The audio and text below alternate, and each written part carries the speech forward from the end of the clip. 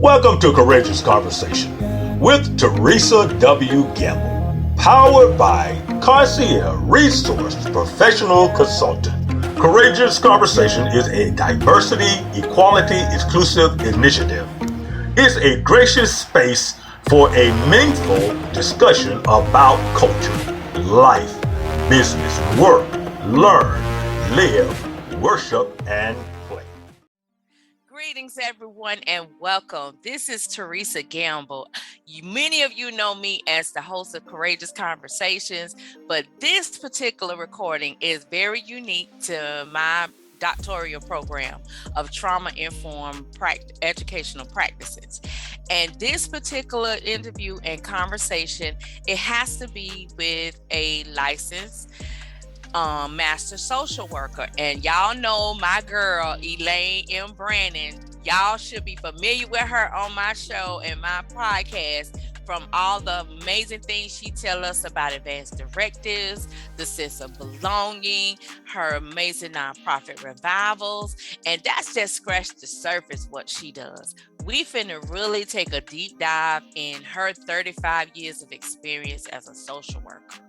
So the purpose of this interview today is that public school administrators, they work outside of agencies to provide support for students. They may continue to refer to pediatricians, therapists, or any professionals that's needed. Typically, these referrals are made through individual educational plans. Most of you may know it as IEPs or 504 plans to address accommodations for our students, or through parent-teacher meetings with input from guidance counselors, social workers, and school nurses. So today we're going to talk with Elaine about best practices for trauma-informed students in K-20. I am including college students because sometimes college students are overlooked and they undergo trauma, may not in their early childhood, but as they grow and go through life. So welcome, Elaine. Thank you for having me. I'm so honored to be here today. That is great. Just from our conversations off camera and your experiences, and I get to have a backdoor sneak peek of what the life of a social worker is, have made me a huge advocate for what you do and all the other amazing social workers. Because even though I worked in the healthcare field, I really did not have a clue all the logistics that you all handle behind the scenes. So for that, I commend you. Thank you. Yes, ma'am. So we're going to dive right into our questions so we can learn about all the many different roles Elaine has worn, from being a child protective investigator, from a foster care social worker, and a supervisor of a foster care workers. Hospital social worker is what she's doing now, a service coordinator with people with intellectual and development disabilities, and she even managed early childhood education in the daycare. So we're going to get a plethora of insight from Elaine because of the amazing many roles that she has taken on in these 35 years. And I am so super excited. She even making time to help the new social workers that's coming on the scene get equipped to do what they need to do so they can continue the torch and the amazing work that she has laid out. So Elaine, prior to the pandemic, as a social worker, a medical social worker, because that's your role now, what encounters have you experienced with trauma-affected students who've been abused?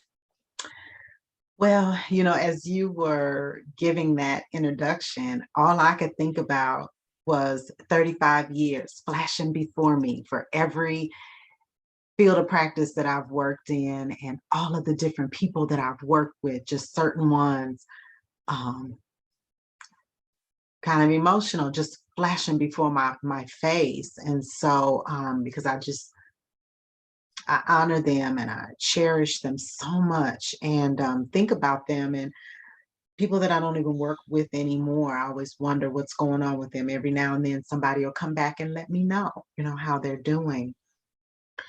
So as a investigator, for Child Protective Services, I dealt with children who have endured tremendous trauma, stories that'll make anybody's skin crawl, Wow. hair grow, chest hurt.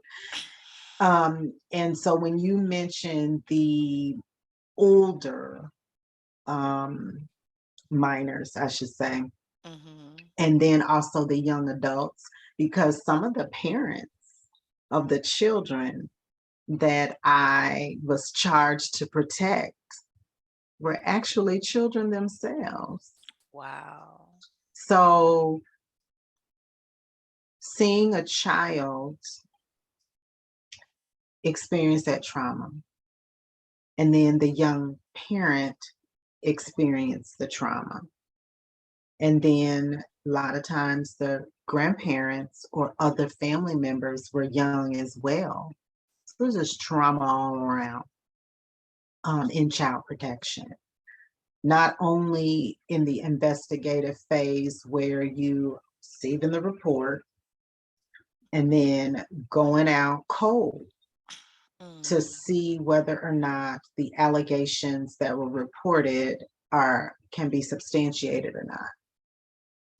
And just the trauma of someone knowing that they're going to interface with a social worker before we even start the investigative process can have a long-term effect on somebody. And even my role now in the hospital as a master of social worker acute care, I have to be very careful when I encounter school-age individuals and let them know what my role is, because some of them may have had past experience with a child protective services worker that weren't so good. Wow. So in child protection, child is the emphasis. So a social worker in that capacity has to have a laser focus on who their client is at the moment, while at the same time being very sensitive and compassionate to the outliers, is what I call them. So it's an incredible experience, while an honor too, but an incredible experience to have to protect a child from someone who birthed the child or from someone who is primarily responsible for that child. Wow. And then sometimes to even protect the child from themselves, because the trauma that they have faced as an abused individual or a neglected individual, they can internalize that trauma, Right. and be hard on themselves. So I'm not only protecting the child from the perpetrator, I'm protecting the child from themselves. Wow. They never think of it that way. Wow, that's amazing. So what has been your interaction with trauma affected students in the healthcare system as a acute care medical social worker? Well, we do have a pediatric department in the hospital where I work and the hospitals that I affiliate with. So there are times when a child, school-age child, may have an accident, come to the hospital, and that can be a traumatic experience. So one year I developed a program during Child Abuse Awareness Month, which is in April, by the way. And I developed a program at our hospital called the Teddy Bear Care Fair to help debunk some of the myths that young people have when it comes to coming to the hospital. Wow.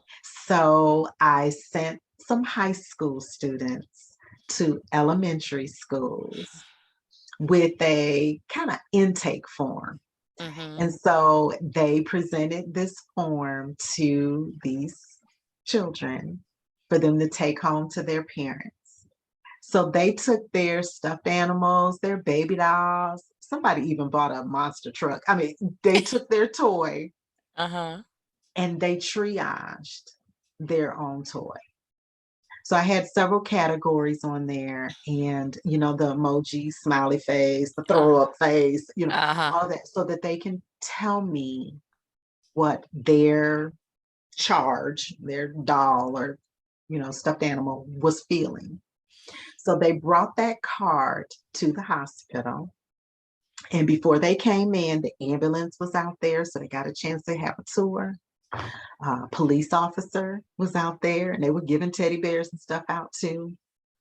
Then they came into the hospital, and who greeted them was our auxiliary. And our auxiliary is made up of senior citizens. And the reason I wanted them to be the ones to greet, in addition to some actual intake workers from the hospital, was because I wanted them to have the grandma pawpaw effect and That's feel good. comfortable. Because we do have volunteers in our hospital. And so a lot of times when children do come in, I'll get those volunteers to kind of, hey, come and clean up a little bit while we're in here, or just kind of walk by, with a clipboard so that they could see that older adult. That's good. So they came in and they had an opportunity to do some color sheets, because I wanted to kind of see, how were they coloring? Was it angry coloring? Was it in the lines? Was it bright colors? Was it dull colors? Because that could tell you a lot about how a child is feeling. I've learned that from some play therapists that I've engaged with, that engage in education. Because I'm not a therapist myself, but I do have some clinical skills and a clinical background. That's good. So after they went through that, their number was called or their name was called, and they were ushered by these high school students, these same students that gave them the triage form, because familiarity is really important when it comes to reducing the trauma to children in hospitals. So they ushered them now to the hospital, which was really our conference room, where every single department had a section, and they were running it just like you would in a hospital. When that child came in, they presented, here's my doll, and she's got a broken arm, look. And the triage person says, oh my gosh, she needs to go to the emergency department. So they shifted her over to the part of the conference room that was the emergency department, and there was a nurse. This particular event we did, there was a male nurse. Okay. And he was fully garbed, had his little section set up just like emergency department. And then when he called for surgery, the little surgery department, they had like a tray on wheels, and they wheeled it over there and put that doll on there and wheeled the doll to surgery. And so the children the pediatrician was very active That's good. in that particular event. And so they got an opportunity to go to all of the different stations, including hand washing and learning the importance of that, and snack, so they can learn the importance of nutrition. So we did all of that just so that I could demonstrate to these children what it can be like to come to the hospital, and kind of debunk some of the myths. That's amazing. I love that event. Can't wait till you can do it again. Yes. So with limited access to patients in the hospital during this pandemic, what challenges did it pose for trauma-infected students if their parents become hospitalized and visitation is restricted for them to see them or have contact with them? Very traumatic. Seeing a parent being sick is one thing. Hearing about the parent being sick is another thing. And visitation being stifled and cut off or limited can be very traumatic. So I had to get creative. And so because young people these days are really into technology. Right. And so having FaceTime and having Zooms. We have iPads at the hospital. We have these other devices where people can see each other virtually. So that was really important to have. Also, when I mentioned to you, we have a labor and delivery department at the hospital where I work. There were times where nobody could be there with that mom. Wow. And it may be a young mom, Mhm. first time mom. Right. One visitor may be able to come in at the time of delivery, and then they're limited, and then they have to leave. Mm. So the whole electronic virtual visits became very important. I was limiting myself into rooms, and still am, because I want to have as less contact with people as I can to keep myself safe. And then also, I want to be one less person that person has to deal with. Right. So when I am doing visits with people on the phone, I try to make that very comfortable, and I explain why. I have not had a case where I've explained why I'm not before someone that they haven't thanked me for that. Wow. And so because of that, we could have a conversation, and it might not even be on Zoom. I do a lot of assessments just telephonically. And I'm finding though that may be a little less intimidating, Mm. because when I introduce myself, hey, I'm Elaine, and I'm the social worker of the hospital. I assist the doctor with discharge plans.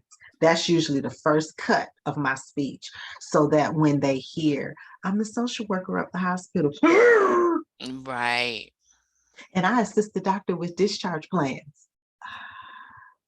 That's kind of how I feel that they're feeling. Right. And then I listen to them and explain to them why I'm not in the room. They thank me, and then they can have that conversation with me without being with me. Because as Right. cute as I am, I can be intimidating just because of the nature of my job. So Exactly. I'm actually finding that a lot of people, even older people, elderly, find that okay. That's good. And someone even told me it was the tone of my voice that settled her. I'm like, Mm. well, that's good. And then when they leave the hospital, because my office sits right off the entrance and I have a little window at my door, and I'll tell them that. I said, when you get ready to get discharged, wave to me. And they'll wave, and then they can make a connection, a face to a name. That's good. That's good. I love it. I love it. That hospitality and continuity care and bedside manner, that is beautiful. So it even goes to show that even social workers has to have that, not just doctors and nurses. So what practices do you employ with trauma affected students after losing their parents to death? It could be Mhm. natural causes or even from the pandemic, because I know you have seen a lot and experience a lot because you help with that discharge plan, like you said. Well, I'll tell you, grief groups for children are so important. Mhm. And here in the state that I live, we do have some of those. Okay. Now, the unfortunate thing is that we don't have a lot of those in the community that Right. I work in, because I work in a rural community. Mhm. But those few behavioral health agencies have some innovative ways of how they can still do that grief therapy, whether it's virtual or whether it's in person. A couple of the agencies have people come in Mhm. every other month or every other week. They have group, and then they can meet with people individually in their homes. So I really think that social worker having a connection with play therapists and grief groups that are specifically geared towards school age individuals, whether they're college or whether they're elementary school, whether they're preschool. Mhm. is really important for us to develop those relationships. And then the introduction and the handoff to those relationships is so important. For example, I would never give a guardian over a young person um, who's lost a parent a phone number and tell them to call. Mm, I would always set it up. Let that's me good. set the stage for this handoff, because remember, that individual may have had that encounter with me. Right. And so now they're not getting ready to have any encounters with me. I'm passing them on to somebody. That's So true. they're not only being passed on to auntie, uncle, grandma, papa, because mom or dad has passed away. Now Mhm. I'm passing them on. So that is a very delicate situation to be in and has to be handled very delicately. So if I don't have a relationship with these individuals, it is going to be harder. Wow. So I encourage social workers to develop those intimate relationships with those collateral contacts so that when you're handing off, that child feels comfortable being handed off to my friend Right. who's going to help you and continue to help you. Oh, Miss Elaine, that's your friend? Yeah. And you know what? When you get over there, make sure you ask him about Pappy. Who's Mhm. Pappy? Is their dog? You know, so I have to know those kind of things about Right. that individual, whatever personal stuff that they're willing to disclose during their sessions. So when that child comes in, Miss Elaine told me about Pappy, you know, and let me see a picture, and then show them in the phone, you know, so then that whole warm handoff is going to be key. But that takes some background work on my part before this even happens. Before I even know Susie Q's father's going to die, I Right. have got to have that relationship with those collateral contacts. That's good. So, in as a follow-up question, when a child is grieving that way, where does the social worker interact with the educators that's a tie with that student, since you was talking about the collateral contacts? It exactly the same way. Okay. So if I know, and I'm gonna know because I'm gonna do a thorough assessment that that child's in fourth grade at Mm-hmm. such and such elementary school, it is going to be important for me to reach out to that teacher. Mm-hmm. Now, of course, after all the consents are signed and there's no HIPAA issues or confidentiality issues, I'm going to talk to that teacher. I'm going to talk to that principal, that social worker at the school who's my colleague, Right. so that they can understand what went on in the hospital and what services have been recommended to this individual that they're getting ready to get engaged in. So that when that child comes to school, they already know and that they're already linked. And then also to get some of the mechanics out the way, to get all the releases signed so that nobody has to say, well, I'm sorry, I can't admit or deny whether I'm this child's teacher, blah, blah, blah. Well, we don't need to go through all that. So getting that stuff, that logistical stuff, and that's where a hospital social worker has to be keen in on what their policies are in Mm-hmm. their hospital, what the school policies are. Right. What is the therapist's policies on sharing information That's good. and making sure that they're up on their training so that when this happens, we don't traumatize people more Mhm. because we were so quick to help somebody that we didn't do things decent and in order, and now it's come back to backfire. That could interrupt a person's services, that could limit the services, and then that could damage the relationship between me and that colleague, that social worker. If I didn't do stuff right, when that social worker gets it, oh my gosh, what did Miss Elaine do? Now that's going to hinder me from doing what I need to do. And then who is the recipient of that is the child Exactly. whose services are now hindered because we weren't doing what we needed to do on the back end logistically. Because a lot of times people have a tendency to throw all that stuff out the window because it's all about helping this person. Yeah, but you're not really helping them when you go outside of the policies and procedures and the laws in your state. That's good. That's real good. So when a trauma affected student must be transported outside of their community for medical treatment, when the parents have to use separate transportation from their child, how do you help manage that process, especially, with the pandemic going on and the first responders are trying to stay safe, they're trying to keep the patient safe to avoid, too much exposure and contact. How do you help facilitate that, since you're a key vital asset in discharge planning, or even transferring patients to another facility? And that happens a lot when it comes to young people, because not every medical facility is equipped to handle specialty care for young people.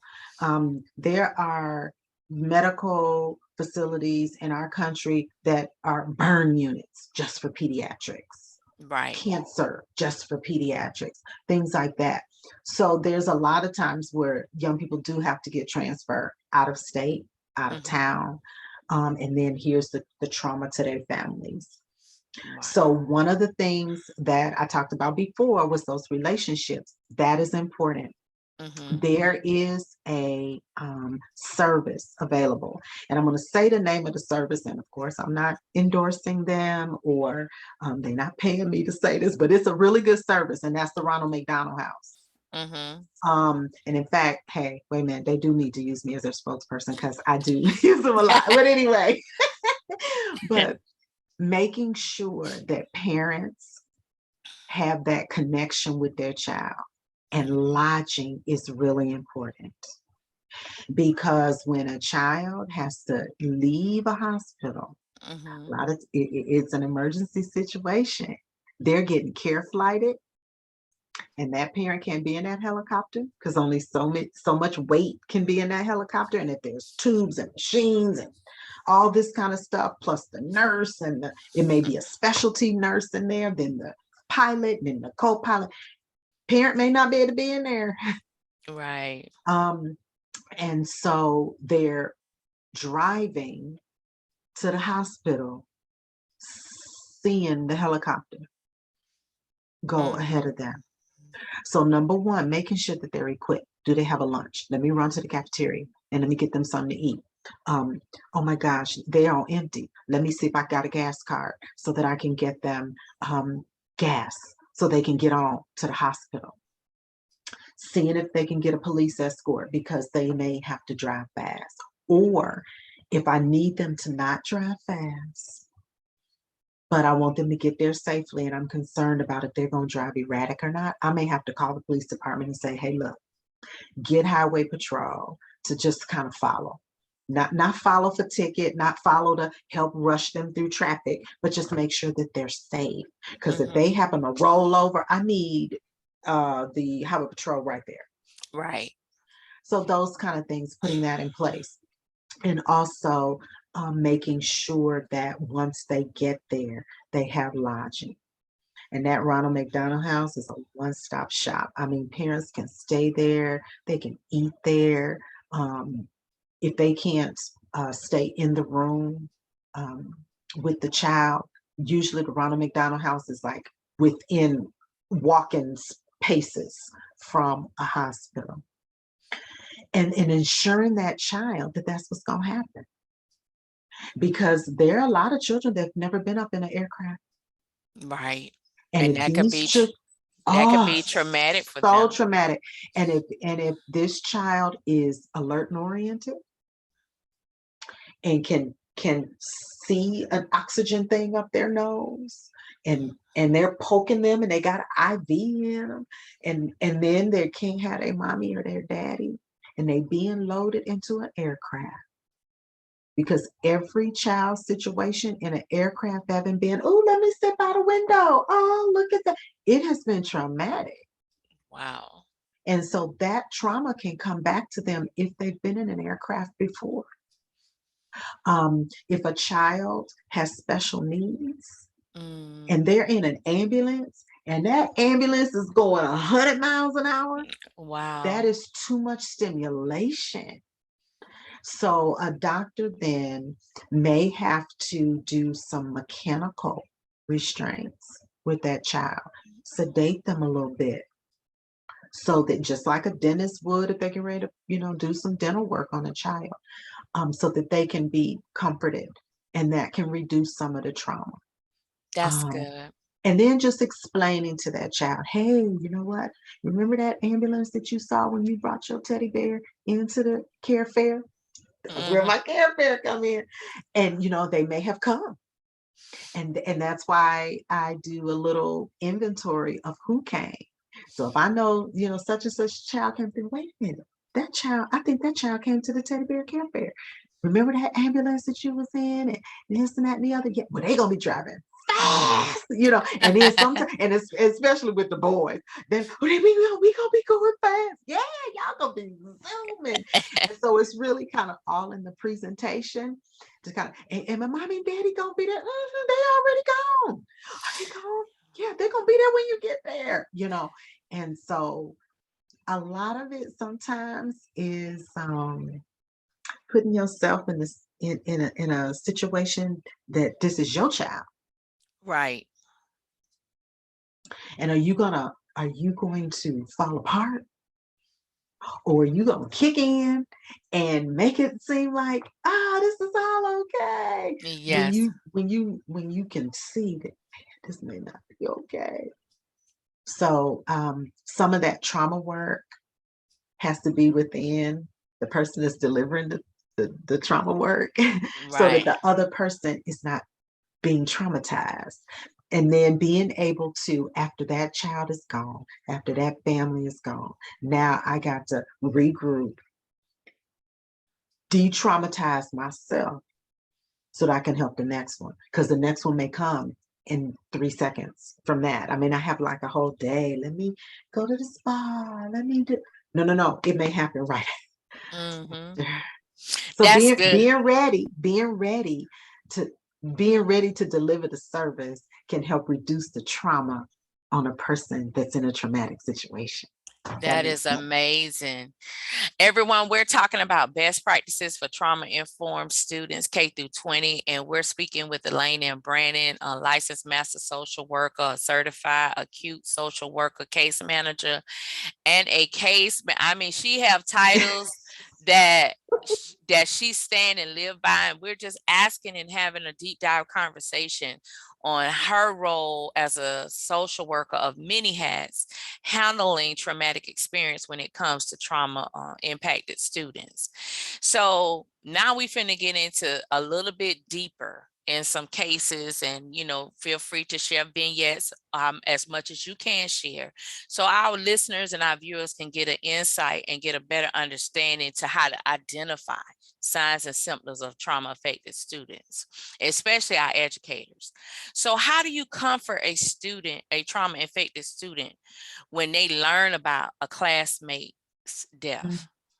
How do you help them cope? Because a lot of times children handle death differently than adults. And Yeah. a lot of times it's nonverbal. They're act out. So as a social worker, and this incident occurs in a classroom setting with an educator, and you're called into the classroom, what is the course of action that should be taken? Well, one of the first things, and again, because I'm not a therapist, but I hang out with therapists Got it. and I work for some therapists. And so I mimic a lot of what they do. Okay. And one of the things that I saw a child therapist, a play therapist do, that I thought was so innovative when they came into a classroom. And so I kind of stole that tool. And so this is what I've done one time. It was the second grade classroom, actually. And a child in the class was living actually with their grandparent, Hmm. because their parents were incarcerated. So that's trauma, I know. Right. So they're living with grandparents, and grandpa died. Hmm. So children, I was called in to talk with the children before the child whose grandpa died came back to school. Hmm. to kind of talk to them about, what do you say? How do you act?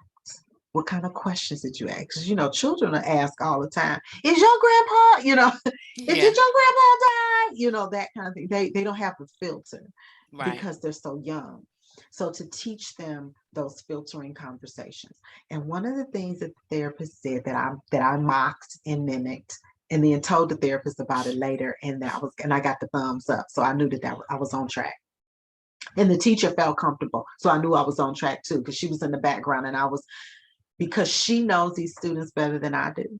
Right. And even though I met with her ahead of time, got a kind of brief on who the children are, who's rambunctious, who don't know how to sit down very well, who is kind of shy, who, so I kind of knew. Even though I didn't know names, I kind of knew faces from the way she, the one that wears the pigtails all the time, that's the girl that blah, blah, blah. So I kind of knew that. So that was the first part of it, setting that tone, engaging with that teacher, because those teachers spend more time with those children sometimes than the parents do. Right. So that teacher is the key person when dealing with children in school, really. And then the maintenance people, because they're the one picking up, then the cafeteria workers, because they're the one feeding them. They know, oh, she don't like pizza. So talking to school personnel about the children is really what helped me know who they are. Okay, that's the first thing. Then what I did was I asked the students if any of them had any pets. And so I let them tell me all about, their dogs and their fish and this and that and the other. And then, true to form, I had a fish, but he died. That's they just walked me right into it. Okay. And then I was able to say, you had a fish and he died? What kind of fish? So I didn't go into how did the fish die and all of that stuff first. I let the person tell me about, I go fishing with my grandpa. Oh, grandpa. Person just had a grandpa that died. Okay, I'm gonna use that, So I'm thinking of all these things that I'm gonna use as they're talking to me. That's good. Because I'm just Miss Elaine in circle time. Right.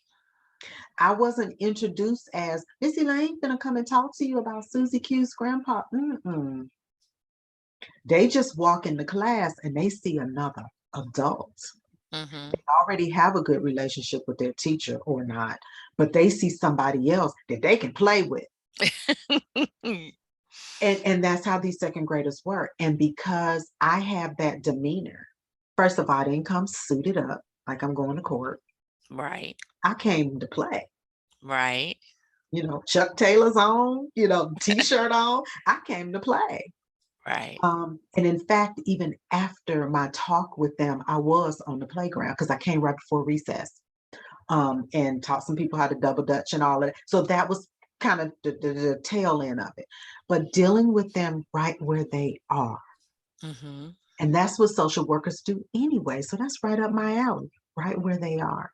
So when I learned about this child's fish and how they got the fish and why they got the fish, and then it was, but then he died. Really? How? And then that's all you have to say. And then they'll talk. And then somebody else will talk about their dog. Somebody else will talk about the cat from Miss So-and-so's cat that lived down the street. And so I kept it on that. And then I brought it home. Well, y'all see Susie Q's not here today. Yeah, because her granddaddy died. Really? You know about that? Yeah. Who told you? My mommy. And then they just went on.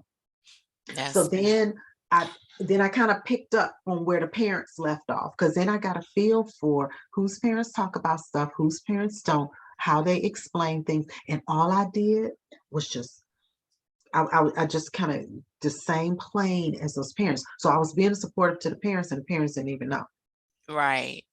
So then walk them through that. So then the outcome was I did ask the teacher, because I followed up. That's another thing social workers do. We follow up. So I followed up with the teacher and asked, how was it when this child came back to school? She said, well, first of all, when any person is not in class because they've been sick or they've been on vacation, we hug anyway. We're a hugging class. Right. You know, and so when they came in, she's back, and they hug, and so that, and then somebody said, and so your grandpa died, and then she was like, yeah, and then they talked about it, and then somebody even said, because when my fish died, and Missy Lane, and she had to say, well, who's Missy Lane? And then they told her, girl, I was crying for days when that teacher told me that they talked to her about what we talked about. That's good. So I ended up having to come back to the class so this girl could see who Missy Lane was. So those relationships are really important. That was something I hadn't even planned on doing, but the teacher asked that, you know, hey, can you come back? Can you come during recess, you know, or whatever, and this and that. And I'll say, oh, sure. And came back. And so that's how that worked. And then one of the things that I did do, though, is I did go to a PTA meeting. It was later in the year. I went to a PTA meeting just to thank the school for allowing me to come in and tell the parents what service I provided to this teacher's class and how I appreciated them trusting me with their students, with their children. Wow. I bet the parents was very appreciative. Yeah, it was nice. That's good. That is amazing. So we finna take another deeper dive. When a trauma affected student was sexually abused sexually abused outside of the home, but unable to tell an adult like their parent and their siblings due to they were already undergoing physical abuse in the home by the parent and the siblings. What is the course of action to help the trauma affected students, whether when they notify the teacher? What collective collateral connections does the teacher needs to tap into to help this trauma affected student? Okay. Well, the emphasis is on protection. Right. And as a former child protective worker, there's a lot that goes into how to protect that child. And each case is different. I can think of a case where I've had to protect a child from several perpetrators. So in protecting that child, notifying that teacher, notifying that school personnel, who now can pick up and not pick up this child. Right.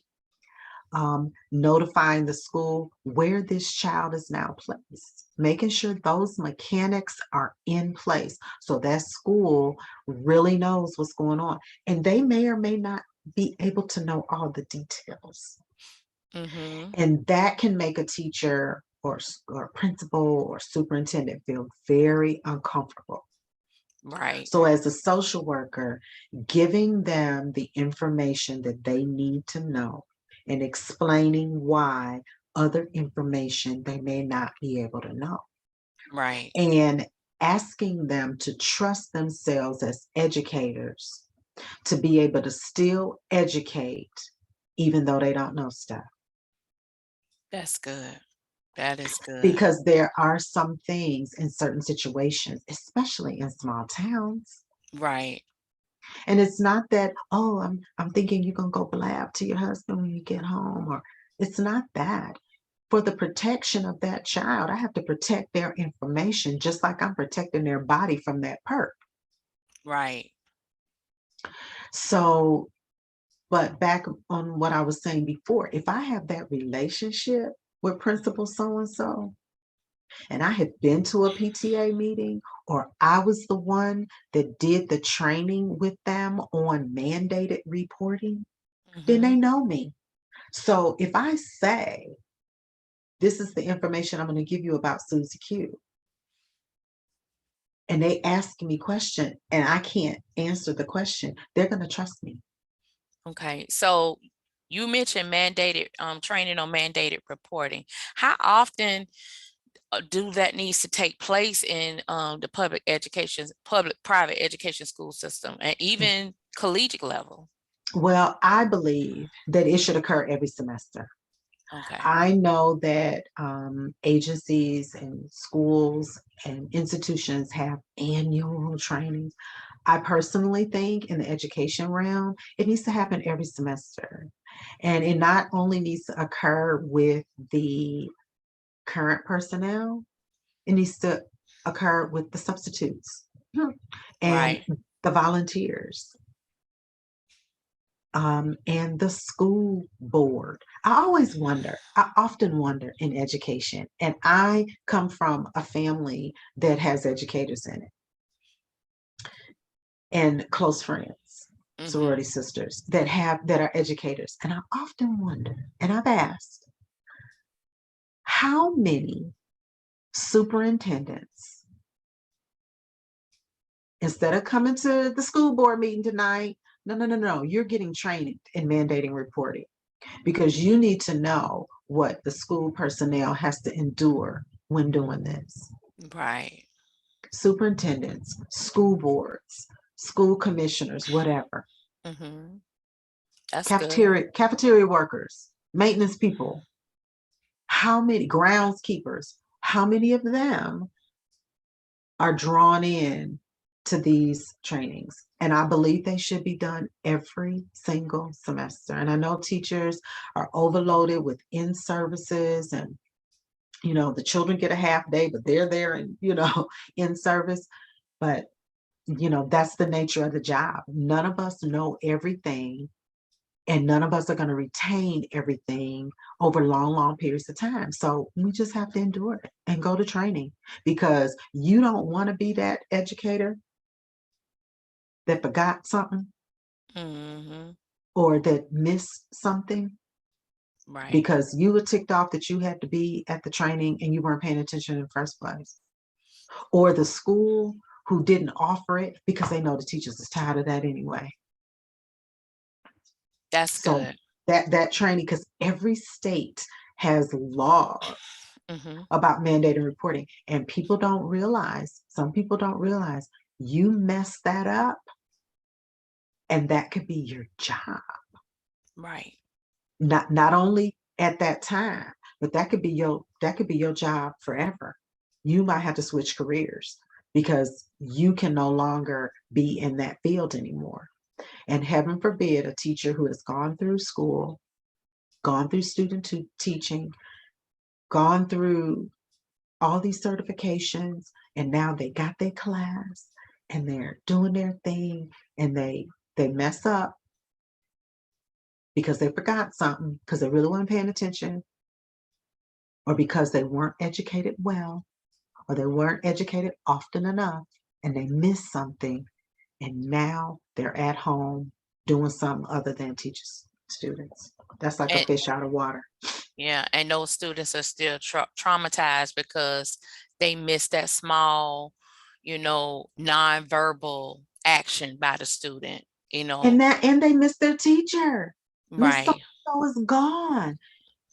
And I know what that feels like as a child, not having my teacher there, Right. and how traumatic that was, a teacher not being there anymore, or me thinking that I was going to have one teacher and then get to school on day one, and now somebody will go, hold up, where's Miss So-and-so? Oh, she went to the other grade, and you're going to have this teacher. Threw me into something for a whole academic year. Wow. I wasn't having it. Never did really make a connection with that teacher because I was ticked off. Wow. So, other words, it's very important when a switch like that take place, that new teacher really needs to reach out before the student actually come to the classroom, to build, like you said, that relationship, so they can understand, like what you said, that play therapy, so they can understand why their favorite teacher was needed in another grade level and couldn't stay with them. And if that's not able to happen, that new teacher has got to be skilled enough Mm-hmm. to be able to win that child over. That's true. Even and if it's not for the whole academic year, even if it was for a time, and Right. and if they can't win them over, they have to keep with the effort. I remember a child, a teacher that I had that kept trying to win me over. Oh, your mommy always dressed you so cute, and this and that. I ignored it, and I was mean to her and all that. But the effort when as an adult, I look back on that and I say she was trying. She was Yeah. trying. She knew I didn't like her and I didn't want to be there, but she tried, and she was always kind, Wow. and she tried. Yeah. Now, That's the true. reason I didn't want to be with her was because I saw her in situations where she wasn't kind. So I wasn't trusting. Right. That was traumatic, and that can be traumatic to a child. And you may never win them over. But later in life, when you are long gone, when they are long gone from that school, grown, got children of their own or whatever, they can look back at the experience and see how it worked together for their good. Right. Got it. That's good. So, Elaine, tell me, how does an educator help a trauma affected student when they have the feeling of abandonment because they're being neglected or ignored in the home, and it's impacting their daily performance in school? In other words, they're not focusing into instruction, they're not turning their homework, they're not engaging with their peers. What recommendations or what collateral connections does the teacher needs to do um after she's done her due diligence of trying to make the child feel belong? Hmm. I think the first thing an educator should do is get some validation with what they think they're seeing. Got it.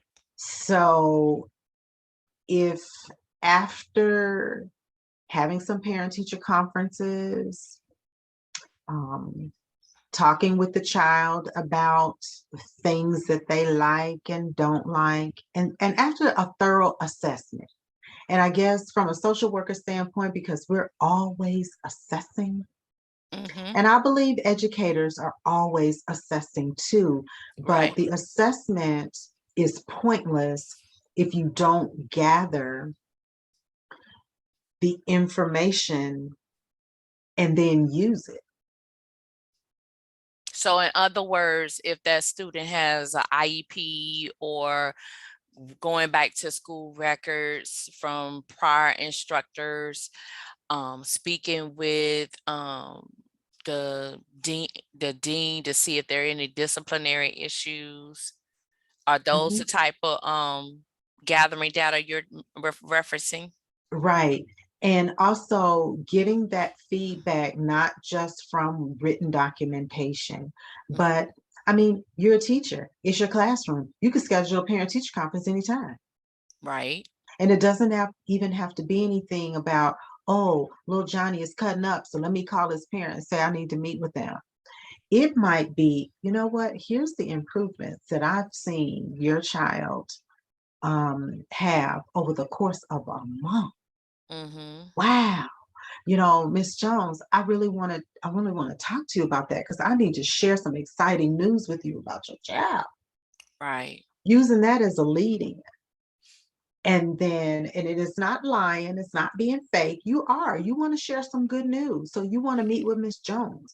And Mm-hmm. then when you meet with that parent, when a teacher meets with that parent and shows all this improvement that they've gonna now these are the things that oh wow, they really, but what I'm really going to be working with Johnny on is thus and such. Now you're getting into what you see as the issue without telling them that this is the issue. Got it. I'm really going to be working with him on when he knows an answer to a question, you know, just raising his hand all the way up. Because I was wondering, he used to do that quite Mm-hmm. often. And then lately here, I can't, it seems like I can't pull stuff out of him. He seems a little down or a little unsure of himself. When I say, raise your hand if you do this, he'll kind of do like that. That may start eliciting a conversation with the parent about, well, I have been working an awful lot. Or, the boyfriend that I had, that was like a father to him, he left. We broke up. Or, I did talk to little Johnny about next month, we may have to move. Right. And so then you'll kind of get a feel for, okay, that could be what I'm saying. Or Johnny could have even told you, my mama don't care about that. So those type of neglect manifestations, I should say, they'll come out. And then a teacher could really address those with her. So I think parent-teacher conferences are just really effective tools. And outside of the average parent-teacher conference, oh, we having one because it's report card time. Or, think of a reason to have one. And I think those will be very effective tools to help that child then. Oh, okay, I know mom's boyfriend that used to be like this person's father is no longer in the picture anymore. Let me try to find out where dad is. And then you might even ask the parent, well, what happened to his father? Well, his father's in jail. So this has been my boyfriend, and blah, blah, blah. And now we broke up. And then ask the parent, how do you think I should deal with that in the class? Because that takes the pressure off the teacher for always having to come up with the solution for stuff. That's good. Ask the parent, okay, so now like when y'all are at home, this is what you do when he's missing Carl. And you may call him, you may do this, you may do that. How do you think I should handle that in the class?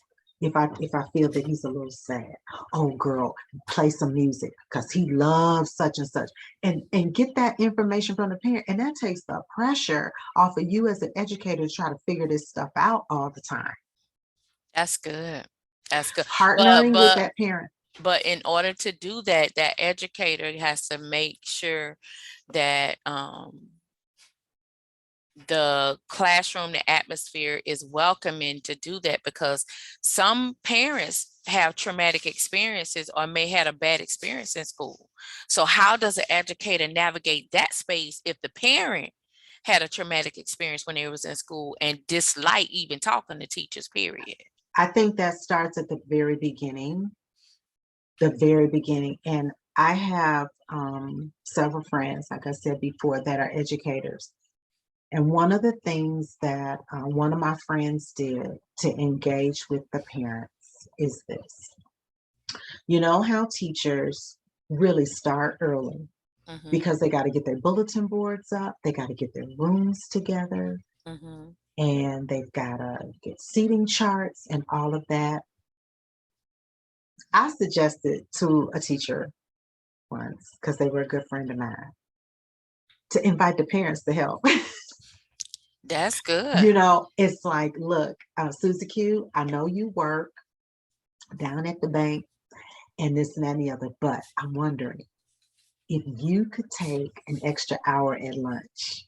I'll provide you with the lunch, but I really need some help getting this bulletin board up. And as that teacher is preparing all of the materials, everything all laid out, they got the little salad there too, so they can be eating and working. You can engage with that parent.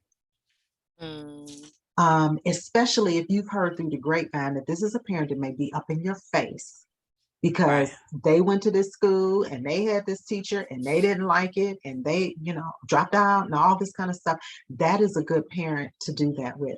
And if they decline, at least you've made the offer. That's true. I like that. And you can even go back and say, you know what, Miss Jones, I know you told me no, because you didn't want to come down here to this school, you didn't want to help me, but I had somebody that was supposed to come and help me today and they bailed. Now I'm here by myself. I don't need you to stay the whole time, but I really need some help. Somebody just helping me bring my stuff up. Can you come by just real quick? Even if you have to bring Johnny with you, to just come and help me at least unload today. That's all I need. Wow. I made that suggestion to one of my educator friends one time. She said that lady was there to hold. She was like, I got to go home because my mama's supposed to come over there, but I'll be right back. And she left and came on back. So I think that maybe, that worked from personal experience. That has worked with the teacher that I gave that advice to. So I think it starts at the very beginning. It starts with that teacher letter, who am I? What do I do? And then it also can start with, okay, parent, give it to me. What are you hating about this year that your child has? What is it that you, and letting them unload. Right. As a social worker, I have had to work with some very difficult people. People that don't like me, people that didn't want me in their house. They didn't like me because I was a lady. They didn't like me because I'm a Black lady. They didn't like me because I'm Black. They didn't like me because why you wear your hair like a boy? I mean, any kind of thing that they can figure out. And it's like, okay, let's get all of that out. Mm-hmm. I had to tell somebody's father that in my face, like this close. Mad, couldn't stand me, call me all kind of stuff. And I did have to stop him one point. Well, hold up, sir. This is what, this is where we're going to end the conversation if you call me that one more time. But now that we got all of that out, can we get to work? Because the work is me getting your child back home. Right. So a teacher can use that same modality. Okay, you have told me how you couldn't stand Miss so-and-so and this and the other, and I let you talk on. So now I'm just gonna ask you, now that we know all of this, and if you need another 5 minutes to tell me something that you didn't tell me or whatever, can we now address the issue at hand, which is Johnny passing the second grade? Right. Because this is his second time in second grade. Right. So sometimes just those direct, straightforward tactics can just debunk a lot of stuff at the beginning, and help a teacher move on. So that's free advice for the new teachers and for the seasoned ones who's like, girl, please, I tried that. Okay, try it again. Exactly. Every person is different. I agree. That's a good suggestion. Okay, so now what is the course of action when a trauma affected student is being starved at home? In other words, they're hungry. They're not eating at home. And that hunger impacts how trauma affected students learn, how they engage.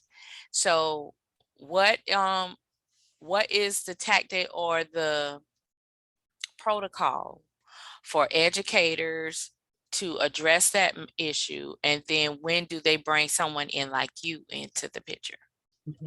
Well, I would advise that educator to first maybe find out why. Are they not eating at home because there is some abuse and neglect going on there where that food is used as punishment? Wow. Because you can handle that a whole different way. Right. If that child is not being fed at home because there's limited income, making sure that parent know the resources. Even if a parent does know the resources, sometimes they're too proud and they won't take advantage of things. Right. So then at school, you may be able to mitigate some of that by at snack time, making sure the cafeteria has some extra granola bars up there, because that Johnny may want to take them home.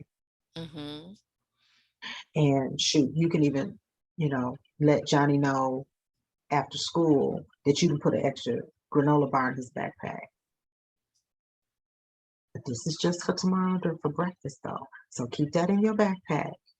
And then on the way, when you get on the bus, or, right when you're waiting for the bus, you can be eating that. But tell your mommy that that's in there, so that you can have something when you come back, because we have some extras. That's just a little simple way. Making sure at lunchtime that they have a lunch. You know, some parents, oh, you know, I didn't sign up for the free lunch program. My child don't like that lunch or whatever. You know, talking with the cafeteria, letting them know what's going on, you know, talk to the budget people, whoever's dealing with that, make sure that they get an adequate lunch. Mhm. Um, I even advised the teacher one time, in addition to like the granola bar and the, you know what? They got some extra slices of pizza. Anyway, who want to take one home? Me, you know, and then just letting them, you know, do that. In addition to just kind of finding out what's going on. And it could be something medical going on with that child. You know, mom's like, you know what? When I sit the food, you know, he just doesn't eat and this and that. Wow, does he have a tummy ache? Is he swallowing good? It may, you know, swallow study may be in order. You know, maybe something's going on in, you know, gastrointestinal issues. So the assessment piece is really important before we jump to conclusions, Right. and before we put people on the spot to have to address it. Johnny gonna be maybe tell you whose stomach growling, even if you know, even if you don't hear nothing, that's Mhm. not lying. Whose stomach growling? Now you didn't say I heard somebody say whose stomach's growling. You asking a question. That's mine. I'm hungry. You know, children. You know, children. You know, little children. They may say, "I'm hungry. My that was me." You know, or that was him. You know, well, it must be time for us to have snack. You're not singling him out. Right. Or you might just say, "I heard somebody's stomach growling. Let's just pause for snack."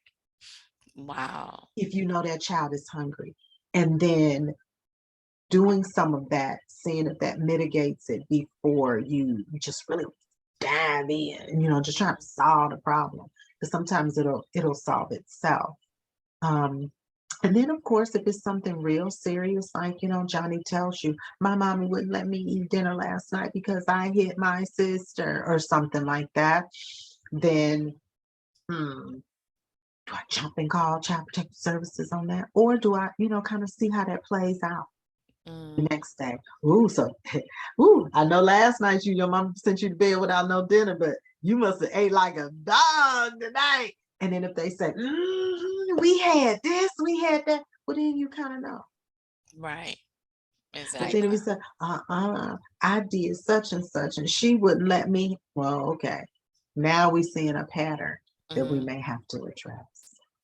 Got it. So But watch just out for. real, but delicately, you know, and even as we talked a lot about younger children, but then as children get older, Mhm. you know, a lot may be going on in the home as teenagers.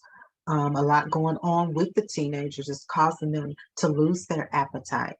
You know, I'm sad because my boyfriend broke up with me, so I don't feel like he, you know, and come to find out they ain't ate in 3 days. Their parents don't even know because their parents they have a mode of eating in their house where they can take it up to their room.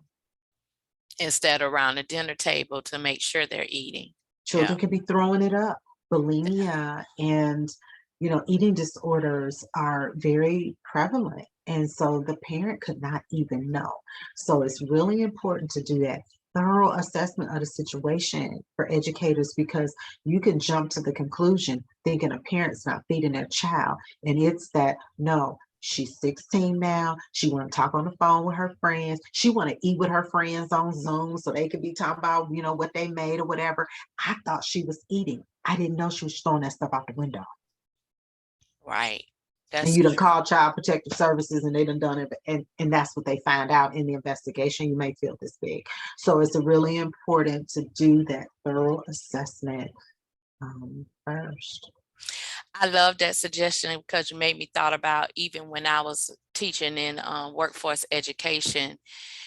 Some of the students was coming to class and a lot of them were hungry. They wasn't eating because when we prepare for lunch, I'll see who either brought lunch, you know, who want to stay in the classroom and study and skip eating.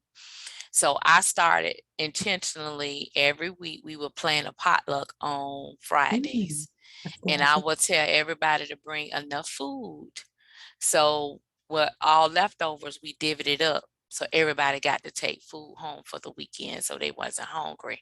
So that was my kind of creative way when I taught in the collegiate level, and even in the middle and high school level. I had this farmer to donate fresh fruit. So I will always have apples and pears and oranges in the classroom, and the students didn't have to ask. There was no ask. You didn't, if you're hungry, you just get it so you can eat.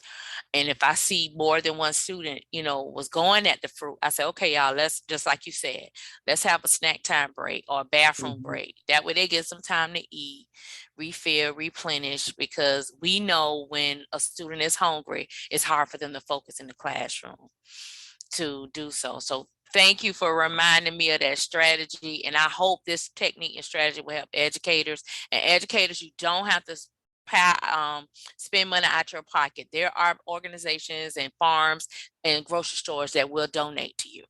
And also sporting events.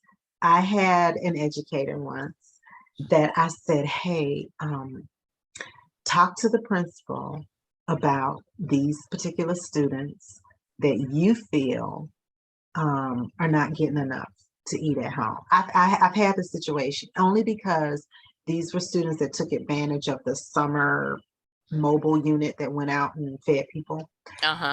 And sporting events is a good way to do it. So if the school says, all right, well, you know what, we're going to give $50 to the concession stand. Great. Then I'm making up these cute little tickets because I know they coming to the ball game. And here's your, for everybody that opens their book within the next 5 seconds, blah, blah, blah, you're going to get a ticket. And tonight, if you come into the football game, you can go get a hot dog, So that's an easy way to do it without shaming. Right. Because children like to earn things. Right. Families like to earn things. Right. Take these papers home, make sure your parents sign them. I don't care if you are in a junior in high school. Have your parents sign off on this essay that you did. Make sure your parent read this essay. And if they sign off on it, you get some credit. Well, they may not know that the credit is going to be, when lunchtime come and if they have an open campus, you can go over there and get you an order of chicken nuggets. Right. That's true. So those are good and innovative ways to, and even build partnerships. Like you said, that farmers, were donating things, especially in these areas where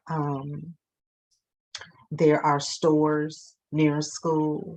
You can work out any kind of deal with, and I think about my sister and I were leaving a school area once. She had already retired, and we saw some boys walking back to the school because they have open campus. Walking back from school, we could tell they went to the grocery store. Why? Because one of them was carrying a rotisserie chicken. Now, it was hilarious. Said I'm carrying rotisserie chicken. But we had just come out of that store, and we knew that, how they time the chickens? Don't take them off the shelf. Right. Well, these children knew when the times was going to get, and they go over there. I know you're not going to throw them chickens. And, we just imagine this. I know you're not going to throw them chickens away. But they was walking back to campus, and they had that little thing. And I said, if that is not a rotisserie chicken. So people will partner with you if you just ask. But you know what? You made me thought about too, because a lot of times some children, probably middle, high school, and some college, have food stamps. So they may not have cash.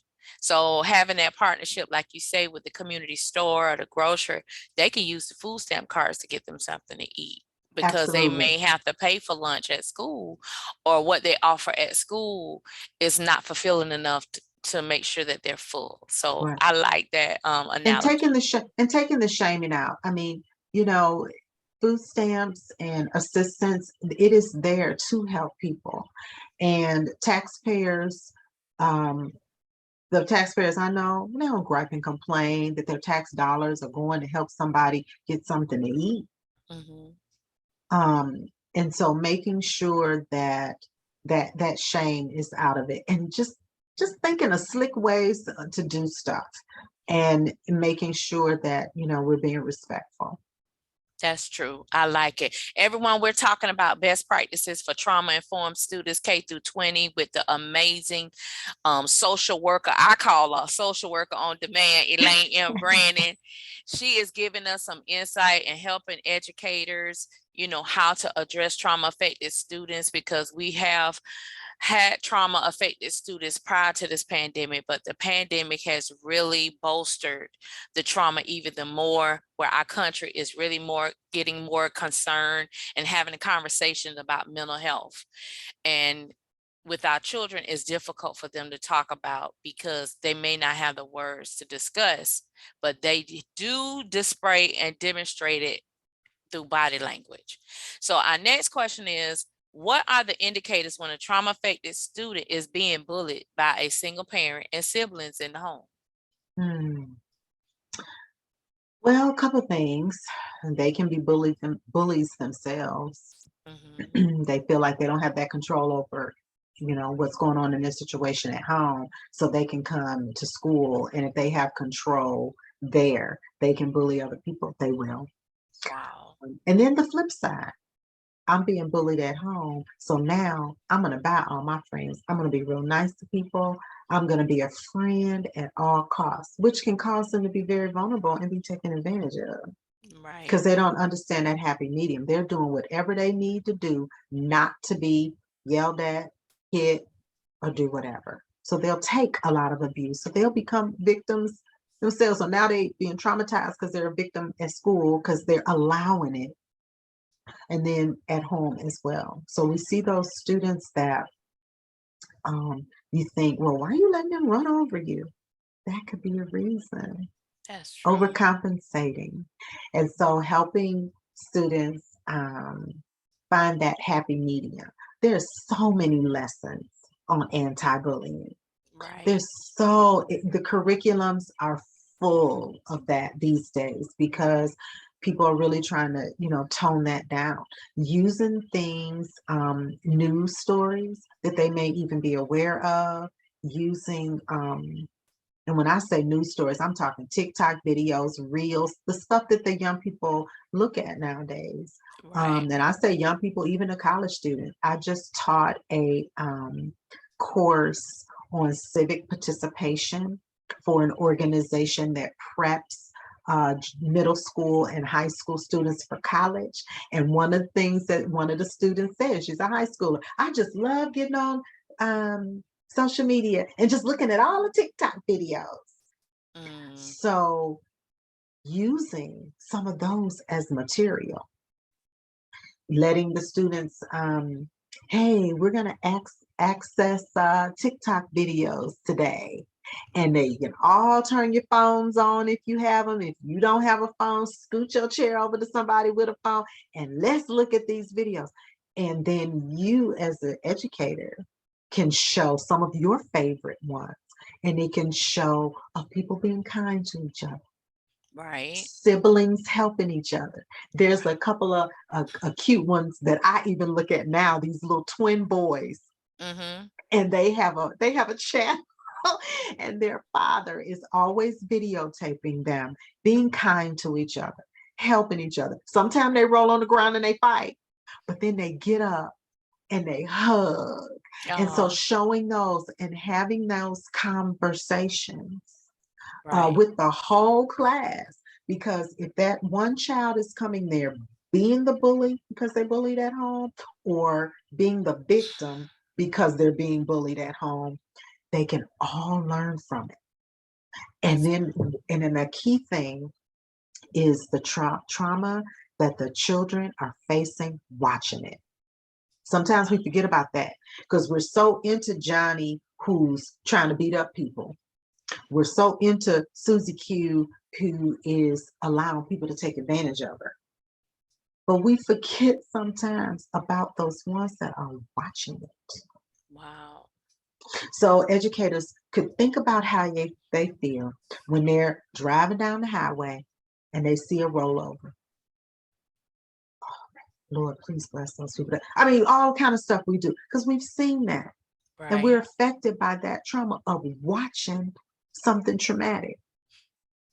That's So good. those students that are not even being bullied, those students that have never been bullied, those students that could never think of bullying somebody, they are traumatized and affected by seeing somebody pick on somebody and they can't do nothing about it because they're scared Wow. or because they feel they're small and they can't beat up big so and so, or Right. the retaliation they will get if they tell. That's true. And so they are experiencing equal trauma. So doing it for the whole class to see, that can inadvertently help somebody. And the reason I say that is because I had an educator that whenever they did stuff, it was like class wide.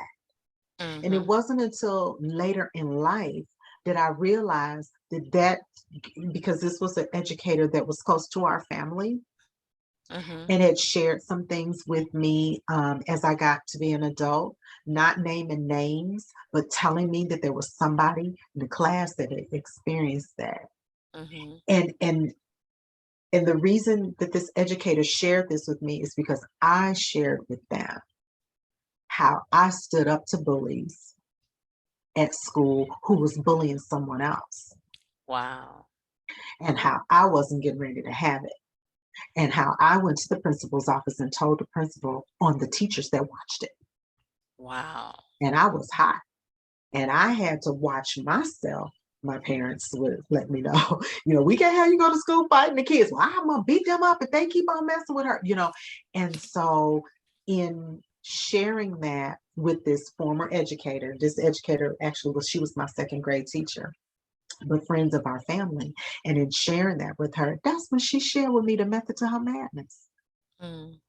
Wow. So I use that as a tool because I didn't realize that the lessons that she taught in that class, and it wasn't so much about bullies, because when I was in second grade, I mean, I'm old, so when I was in second grade, the word bully, it wasn't really prevalent as it is now. Right. But when she did that universal thing that really helped me in that moment as a middle school, a junior high student, that I didn't even realize till I became an adult of where all that came from. So an educator is so influential, Mm-hmm. and that any small thing or any big thing they could do to address an issue like that, it's going to have an impact. I'm almost 59 years old, and that lesson in second grade that carried over to junior high, it still resonates in my soul and causes me to make certain decisions now in my career that I may not otherwise make. That's good. That's good. So I'm thinking now, because of the polarized political climate that has infused into education, and the bully may intensify, especially for Black and Brown students and Indigenous students.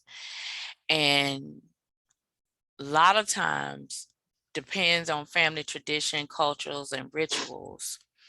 These students are told not to tell and share everything that's going on or how they're feeling because of the attention the parents will get, especially if they're illegal immigrants.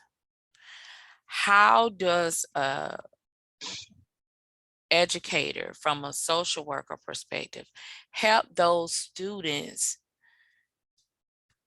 stand up to the bullying like you're talking about and not take it without drawing any attention to their parents that may cause either them to be separated from them, have their parents deported, have their parents arrested?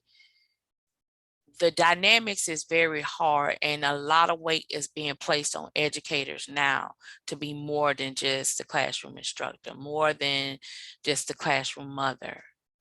What insight or protocols or best practices can you share specifically under bullying, but that has a racism component underneath it?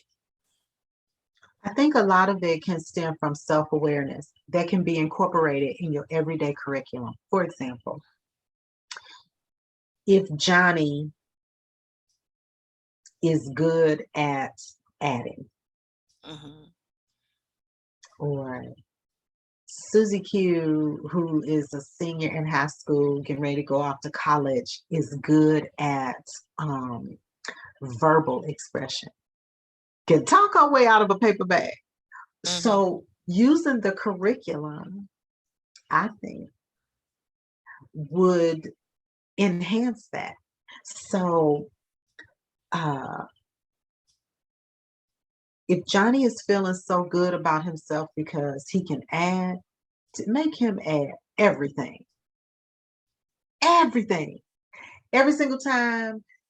I mean, and you can use those examples. Every single time a red car passes by, when you're in the car, count it. 4 red cars plus 4 blue cars equal how many cars? And then even incorporate it and kind of make it up like a jokey joke. Whenever if your mama's yelling at you, okay, Johnny,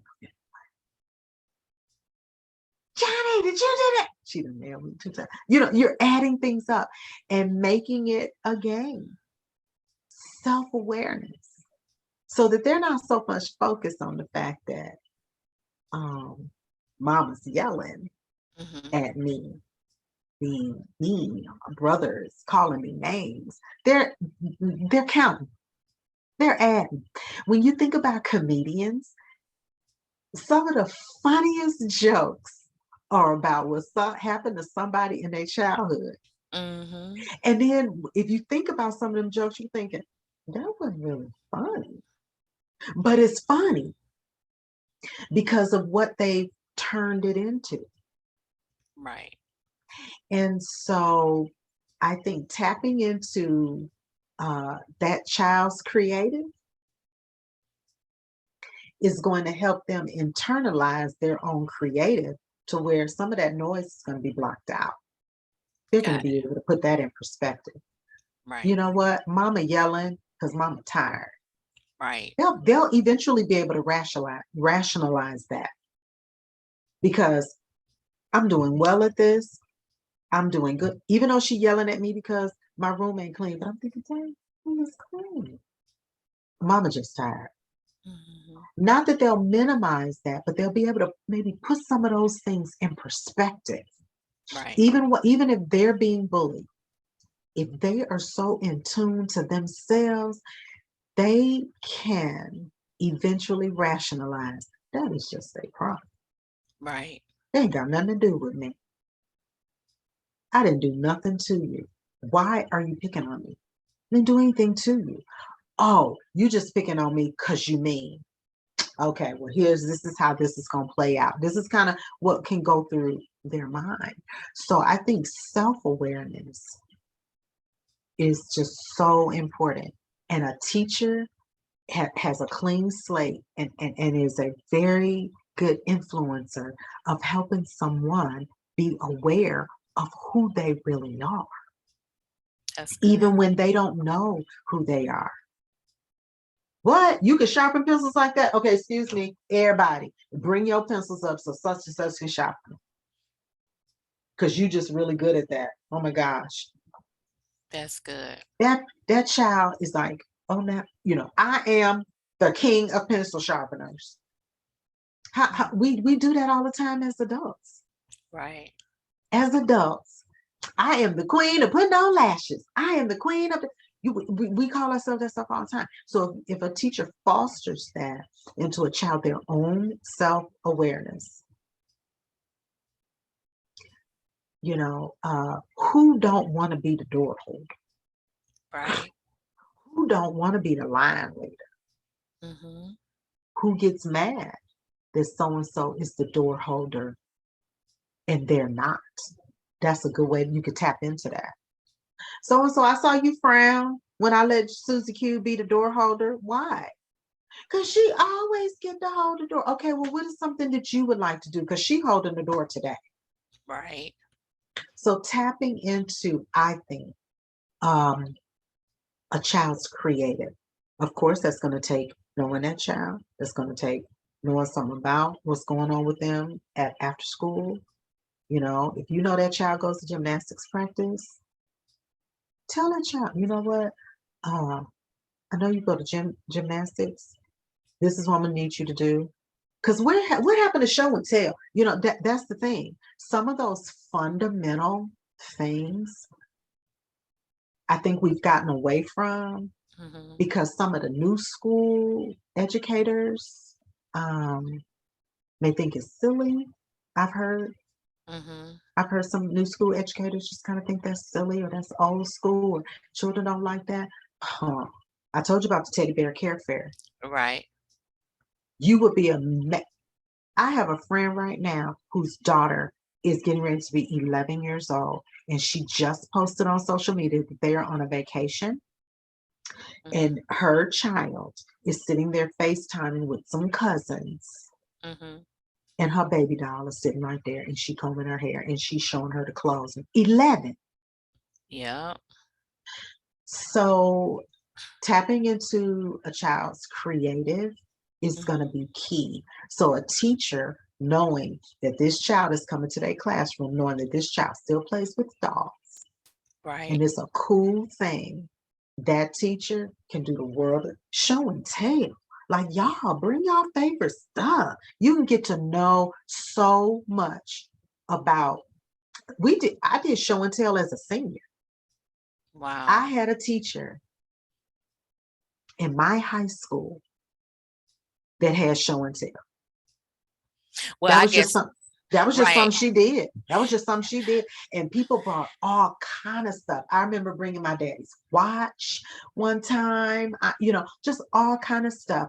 And so if you tap into a child's creative, they then feel a sense of pride about themselves, which can then ward off somebody trying to take control of them, somebody trying to belittle them, because Right. they'll stand up to it. And people, and then also last thing, knowing that people are going to stand up to things in different ways. Right. I'm very forward, straight to the point. I'm going to stand up a lot of times with these lips and with this face. I'm going to stand up to you. Right. Because I know how to talk. I know how to look. I got the body language going on. There's some people that don't have that. Right. I've had peers and even young people tell me, I feel kind of fake. Okay, well, do how you do.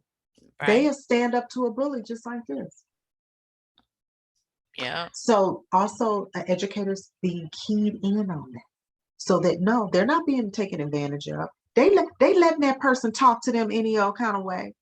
It's kind of like that movie Friday, where Chris Tucker said, "Yeah, I see Debo talking to me, and I'm gonna be quiet. But when he leaves, I'm gonna start talking again." So Right. So you think, oh, they're being bullied. Oh my gosh, this is bad. But you realize, they are protecting themselves. They are protecting themselves from being suspended from school because they know if they say something to this person, they're going to up the ante and they're going to be fisticuffs. And now I'm suspended. Now I'm in trouble at home. Exactly. So I'm just going to sit here. I'm not taking it. I'm not being no board mat. Trust a spiritual child, child who goes to church. They praying. Lord, please let this bully. Please let so-and-so shut their doggone mouth. And I know that because I was one of them children that knew that if I got to talking, it was going to be no stopping me from telling you off, from going there. I was ushered out the classroom one time, still hollering, "Hey, y'all mama," all of that. So I knew, I know where I can go. Right. So, because I was a spiritual child, though. Right. And I was learning how to pray and all of this stuff. I could sit there while and I'll just be like, Lord, I know, I'm gonna be quiet. I know, but I know you're gonna get them. I know you're gonna get them. So a child could be doing that and you don't know. But if you're in tune, doing that assessment. I know I keep saying that word over and over and over and over again. But as a social worker, that's what we do, and that's what I teach. You got to know what's going on before you can try to tackle it. That's good. That is very good. I totally agree with you about the praying part, because it's not the fact that the child has an attitude, they just have standards because the way they're raised. And a lot of times they walk away or don't respond because they, just like you said, they're not afraid of the bully. They afraid what you're gonna do or what they're gonna do that gonna have ramifications that's gonna get them out of the classroom, and they're gonna miss work, they're gonna miss assignments because they retaliated or they responded. And that's where the teacher has to, step up, like you said, assessment and self-aware to, shut that down so it doesn't get to that point. So I appreciate you bringing that out, because that is so true, especially with Black and brown students, because some teachers are not aware of those cultural rituals and protocols and mechanisms that parents teach those students on self-control, because they explain, okay, if you do this, this is what's going to happen. And then a child struggles because they too may not know, don't take my kindness for weakness, that mentality, but that's really what it is. Like, no, I've got to stand up. I've got to let them know that they can't disrespect me. Right. And so that could be why the child is so boisterous. But like you said, the norms at home might be, you need to figure out a different kind of way that you can keep them off of you, because if you come home with another note, right, it's going to be on. right. So understanding where that child is and then helping them build that self-confidence that they don't have to always respond, that they don't in that way. They can respond in another way. Now we sitting down in the cafeteria. I'm gonna get my tray and I'm gonna leave. Oh, I don't want to sit by you. The way you was just talking to me earlier today, you don't get the pleasure of sitting by me, and we gonna be joking and kikiing, and you gonna be out of it. So I may not have handled it in the classroom, being all up in your face, talking about you, but that's how I'm gonna handle it. Oh, turning double dutch. Can I come in? We have enough people. So learning how, and then learning those norms, and that goes back to those families and those parents, and finding out what are their norms in their home, what are their values, how do they handle certain situations, posing those questions. I had an educator send a questionnaire home as part of the parents getting to know you. Here's me. Graduated from here, I did this. Now I want to know something about you. And they gave vignettes and had the parents do like a multiple choice. In this kind of situation, how would you advise your child to answer this? How would you advise your child to ask that? And so I know with educators, so overloaded with, from the political standpoint of having to watch what they say and watch what they do, don't want parents in their face, trying to get the test scores this way, and then teaching the curriculum, and it's a lot of stuff. Yes. But the key and the skill that teachers do have is to learn is to know how to incorporate all of that into their current curriculum, just like us social workers. I'm in a hospital setting right now, but I got to pull everything that I've learned and all the tools that I have from these other jobs to now cut it on here. It's no different. That's good. And it may sound like, oh my gosh, it's so much. Well, if an educator puts in perspective, like I have to do a lot of times as a social worker, but you know what? I'm here from 8:30 to 4:30. So if this is what I'm doing in the time that I'm here, that's what you're paying me for. That's the even exchange. Okay. Then it makes it seem less traumatic for the educator. Oh my gosh, they're giving me one more thing to do. They are. But you come to work every day for this amount of time. You get paid this amount of money to do this thing. So if you put it in perspective of, this is the exchange. Oh, okay, so now you want me to do this? Okay, I'll do that. Because at 3 o'clock, I'm out of here. So this is what I'm doing for my paycheck now? Okay, this is what we're doing? All right, I'm doing this. Give me my money at the end of 2 weeks. So sometimes that's how we can reduce the trauma in our own mind while we're helping other people reduce the trauma by keeping in perspective of, number one, you're doing something that you like, that you invested time and money into, and you get paid. That's true. That's true. That's good. Our last question. Those of you that's tuning in and listening, we're talking about best practices for trauma-informed students, K through 20, with the amazing social work on demand, Elaine M. Brannon. And we're just taking a deep dive on some vignettes, some conversations, some questions, and some best practices to help trauma-affected students, not just for educators. The collateral connections, a new term that Elaine introduced me to, and even some strategies for parents who may experience their own trauma, as well as educators with their own trauma. Because how can you help a trauma-affected student if you cannot confront and deal with your own traumas?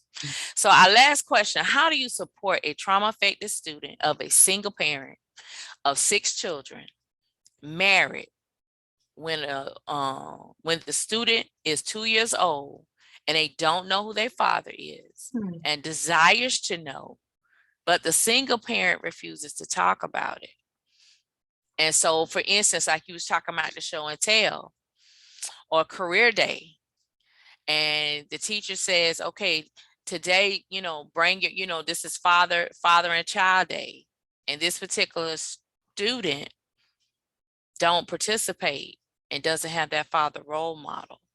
And this question comes up and the educator is concerned and solicits your help for protocols or advice. What would you suggest? I would first ask the educator, what do they know about the child's father? If the parent has 6 children, talking to some of those other teachers that have had those other students, you might be able to know. Well, yeah, she has 3, fathers involved, and this person's father, she really don't know who that one is. You can find that out by talking to some other teachers who may have had those other students. That's one way. Another way could be, instead of only having bring your father to school day, make it bring an important man day, because that child may also have a grandpa or an uncle or a cousin. And then having activities that may elicit how each of them feel about each other. Right. So that even though the reality may be this mother's not going to talk about this father, whatever efforts are put in place for the relationship, there's not going to be one. This is that extreme of, this ain't going to happen. Right. Then what do we do to help that child fill that void? Another really good thing that I've seen teachers do, and you have to be real careful these days because there are a lot of kooks, but pen pals are really, really good. And pen pals with a celebrity or a local official or somebody in town that's prevalent, like the NAACP president or the director of Big Brothers Big Sisters. Have the child associate with men that are important to them. I've had family members who don't have their fathers in the home, but there were good deacons at church. There were good principals, school personnel. There's fraternities, especially if you live in a community that has a fraternity. There are a lot of educators, men and women, that belong to fraternities and sororities. Wow. When I was in college, I started a big brother, big sister type program at a community center where I was assistant director. And the people that I chose to come in were fraternity and sorority members, were athletes at the college. Come down, y'all need to come down here and spend time with these, play some pool, do something, with these children. And it can be formal, like a big brothers, big sisters type, hey, here's your match, blah, blah, blah. Or it can be informal. I saw on a post once, and I thought this was one of the most wonderful ideas. On the first day of school at this boys' school, fathers in the community did a parade. Oh, wow. And they lined up on each side of the sidewalk. They had somebody with a jam box playing in the background with, the most popular song that all the young people like. Right. They had the boys come through that line, and they were slapping five. They was doing fist bumps. They was, you gonna have a good day at school today. Those kind of things can be good subs. They can be good substitutes. They could be very comforting, very nurturing. Having the maintenance person, if that person is a male, come in your classroom and get the trash when the children are there. Right. Hey, Mr. So-and-so. So I think exposing them to that type of situation, while at the same time doing your private parent-teacher conferences, trying to have that conversation with the parent, and just not from the standpoint that you're trying to solve it, but letting the parent know, I'm just trying to understand it, because I know that, Johnny has mentioned, I don't have a daddy, or, so I'm just kind of wanting to know what that looks like in your home, not so that I can advise you about anything or whatever, but I'm just trying to figure out the best way to engage Johnny in education, knowing that this is something that seems to make him sad, or that he seems to struggle with. So, and I appreciate you, telling me your story, and know that it stops here, it doesn't leave the room, that kind of thing, having that kind of, but if you have not built that rapport with the parent, they're going to ask you what you in my business for. Exactly. This ain't none of your business. Right. And even if you get that, if you've built a rapport, but that's a touchy subject, bringing up some trauma for that parent. Now you ask me this personal business. What's this about? Be upfront, tell them what's about. Well, doggone it, we getting ready to have the father-daughter dance. And I know that Susie Q has said that she don't have a father. And so I'm trying to figure out, because the school is going to have this dance, Miss Jones. I'm trying to figure out, how do we have this dance where your daughter can participate like some of the other girls, not feel bad about it, missing this. What do you think I should do? I don't know what to do, Miss Jones. That's why I'm coming to you. So pause. That kind of brings the trauma down for Miss Jones, because now somebody's looking for her help. Yeah. While somebody always been telling Miss Jones what to do, what not to do, this and that, and that, been traumatized by everybody trying to be in her business. Now this teacher is showing themselves vulnerable. I don't know what to do. How should we do this? Because this dance is coming up in 2 weeks, and I'm really nervous that Susie Q is going to be feeling bad if she's not going. And the children going to come back with all the TikTok videos and their pictures and all of this, and she's not going to have that. And I'm trying for her not to have that experience. Right. So I need to know, how about, what can we brainstorm and do? I love that word, brainstorm. I love the word brain dump, brainstorm, because then that lets people know we're thinking, we're working together, we're sharing this experience, and then that parent gets to see, we're really trying to help my child. Yeah, that's good. I like that. So that's kind of how I would advise a teacher to do some of those things. And just so you know, I've dealt with enough educators just in my personal life and also in my professional life to where there is going to be that educator that has tried everything and or is able to tell you, because you're not in a class, girl, that ain't gonna work. So I say to educators who can have that response to think outside of that response. You know, That's it's kind good. of like if somebody told you, if you said, well, you know what, I just can't stop doing such and such. Somebody had a gun to your head and said, you better not say that no more. I bet your mouth is shut. So I tried to tell a teacher, okay, you tried that, you know this won't work, and this one and that. Just do it anyway. What is it going to hurt you to do it anyway? It's not. What is it going to hurt you to do it over? You did it 2 classes ago and that turned out to be a disaster. Okay, what did you learn from it? Let's repeat it. Right. And to the educator that's saying to the social worker, this is easier said than done because you're not in the class.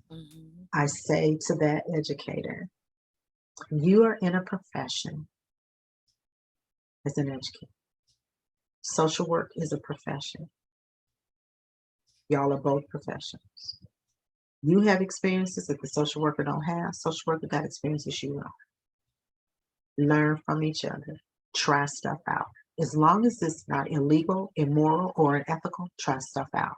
No harm, no foul. If it don't work, it just don't work. Then you just come up with something else. Just like if you cooking dinner. If the folk don't like the way you fried the chicken in the breadcrumbs from the Kroger, then, oh, I ain't getting them no more. I'm going to go get the breadcrumbs from. So Wow. we have to think in terms of that as opposed to being so overwhelmed and so traumatized ourselves that we don't try other things. I'll close with this. I have a friend who is an educator for 30 years, recently retired, 30 years in the same school. Wow. This girl is so innovative, so educated, so fun. And I'll tell you, in 30 years, I've never seen her turn cynical. I've seen her be angry about different stuff that come down the pike, whether it's policies or procedures or a parent that's acted ignorant to her or whatever. But had that longevity in her business because of the fact that she did things that she knew to do. She wasn't closed to advice. She was always thinking of what can I do better? And she was always aware that she was doing a good job. Even if it wasn't as effective, she knew she was doing all she could do. So to those educators, I say that. Think of those people that you know that are doing what you do, that are successful at it, and mimic it. A lot of the things that I've told you today, those are things that actually happen, things that I've mimicked. I've gotten it from other people. If I had to do a footnote, it'll be this long. Right. Because over the 36 years that I have been in this business, I have encountered so many people, social workers and collateral contacts, that have taught me so much, that have taught me what to do, what not to do, what to say, what not to say. I've observed a lot. I've helped a lot. And they can do that too. And all the things that we need to do to decrease the burnout, decrease the cynicism, all the stuff that you know, the 10 ways to relax, the whatever, do those things. Because Right. that's going to help you have longevity in this business. That is going to help you put your own stuff in perspective so you can help somebody with their stuff. That's going to help you with that keen mind to assess, not jump to conclusions. And also, one last important thing, that if you do get it wrong, Mm-hmm. that you could self-correct, that you can learn from it. Hopefully there was no harm, no foul, but even if there was harm, Mm-hmm. that you could still course correct and make it right so that you're not re-traumatizing yourself or other people. That is beautiful. I love it. I love it. Well, everyone, we have been listening and talking with an intimate, deep conversation with Elaine and Brannon on best practices for trauma-informed students K through 20.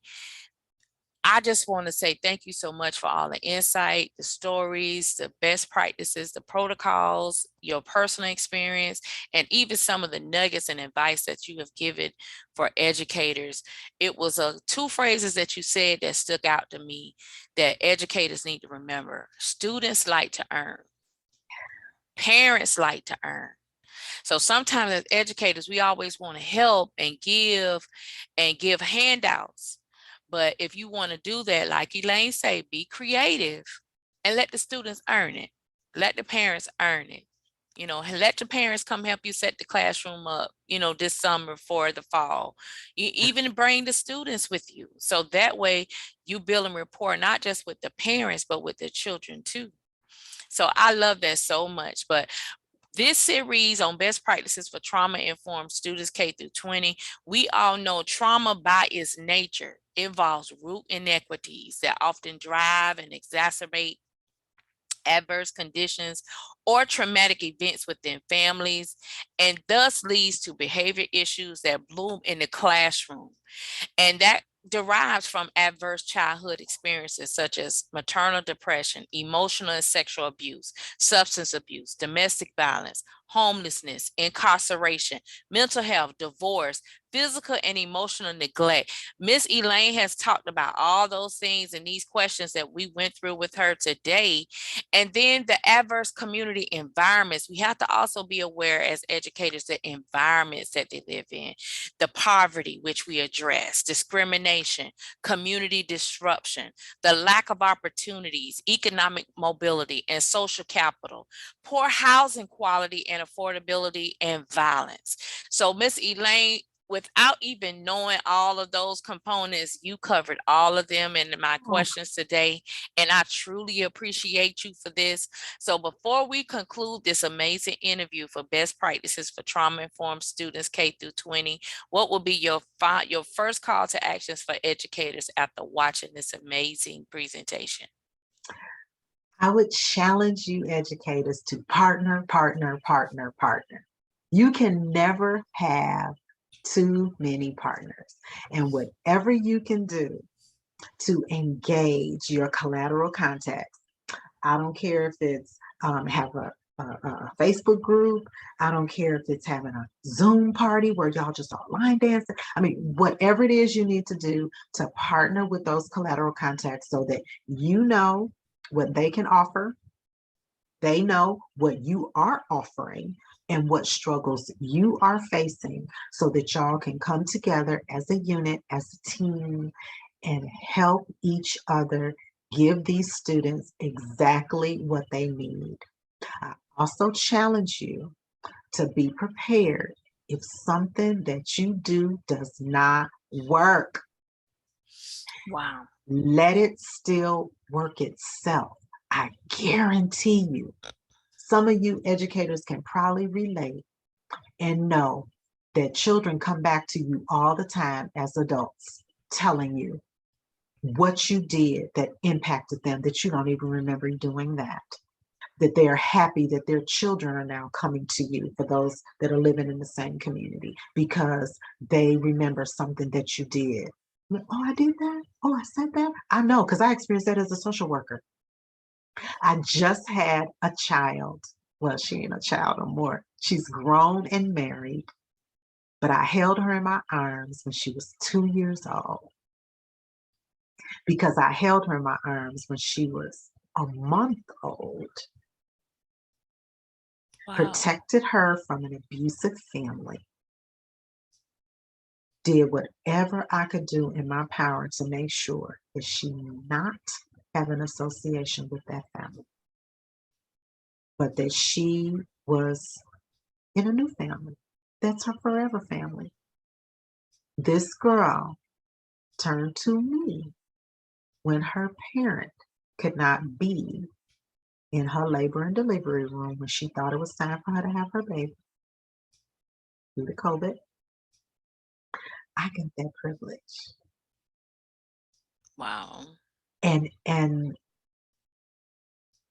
things that I did and said, I mean, she didn't know that when she was a month old that I was holding her, praying over her and singing over her and protecting her, because I could feel in her body the tenseness, the trauma that she felt when her parents came into the visiting room before they even opened the door to come in our area.